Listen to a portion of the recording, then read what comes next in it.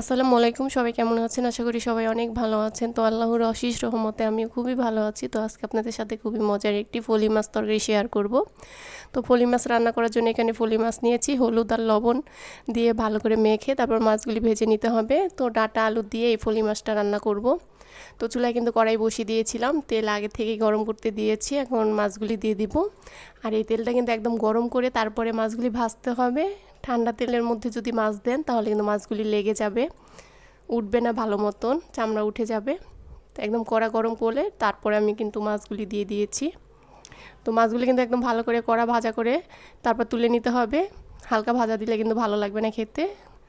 তো মাছগুলি ভাজা হয়ে গেছে, তুলে নিচ্ছি, দেখতেই পাচ্ছেন। তো ডাঁটা আলু দিয়ে এই মাছগুলি রান্না করব। তো এই তেলের মধ্যে পেঁয়াজ কুচি দিয়ে দিয়েছি, পেঁয়াজগুলি একটু হালকা ভেজে নিতে হবে।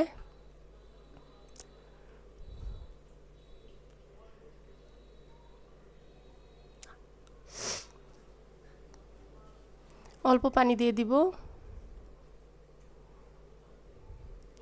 1 চামচ হলুদের গুঁড়ো দিয়ে দিয়েছি, 1 চামচ ধনিয়ার গুঁড়ো দিয়ে দিলাম, 1 চা চামচ লাল মরিচের গুঁড়ো দিয়ে দিয়েছি, স্বাদ মতো লবণ দিয়ে দিলাম, 1 চা চামচ আদা বাটা আর 1 চা চামচ রসুন বাটা দিয়ে দিয়েছি। এখন ভালো করে মশলাটা কষিয়ে নিতে হবে, একদম তেল ওঠা পর্যন্ত অপেক্ষা করতে হবে। তো ডাঁটা আলু কিন্তু আগে থেকে কেটে ধুয়ে পরিষ্কার করে নিয়েছিলাম, আমি একটু বড় বড় টুকরা করে কেটে নিয়েছিলাম ডাঁটাগুলা। আর এইগুলা কিন্তু একদম দেশি ডাঁটা, দেখতে পাচ্ছেন কত সুন্দর ডাঁটাগুলি।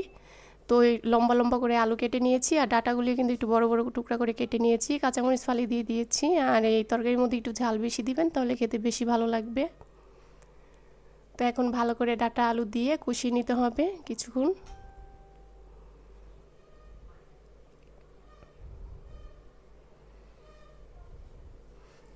তো নাড়াচাড়া করে কিছুক্ষণ কষিয়ে নিব ভালো করে।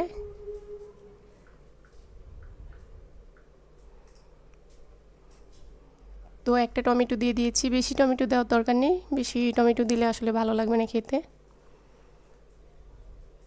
তো আর কিছুক্ষণ কষিয়ে তারপরে পানি দিয়ে দিব।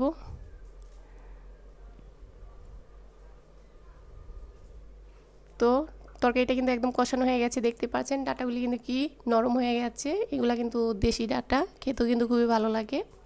এখন অল্প পানি দিয়ে দিব, কষানেই কিন্তু অনেকটা সিদ্ধ হয়ে গেছে। কালারটা কিন্তু এখনও সবুজ আছে, দেখতেই পাচ্ছেন কাঁচা কাঁচা কালার। আর এই ডাঁটাগুলা খেতেও কিন্তু খুবই ভালো লাগে। আর এই ফলি মাছ দিয়ে তো রান্না করলে আরও বেশি ভালো লাগে। ফলি মাছ দিয়ে কিন্তু সব তরকারি খেতে ভালো লাগে। তো তরকারিটা কিন্তু বলক এসে গেছে, এখন মাছগুলি দিয়ে দিব, ভেজে রাখা মাছগুলি দিয়ে দিলাম।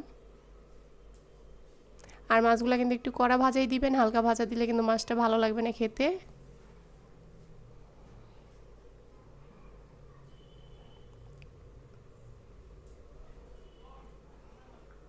তো মাছ দিয়ে আর কিছুক্ষণ রান্না করে নিতে হবে।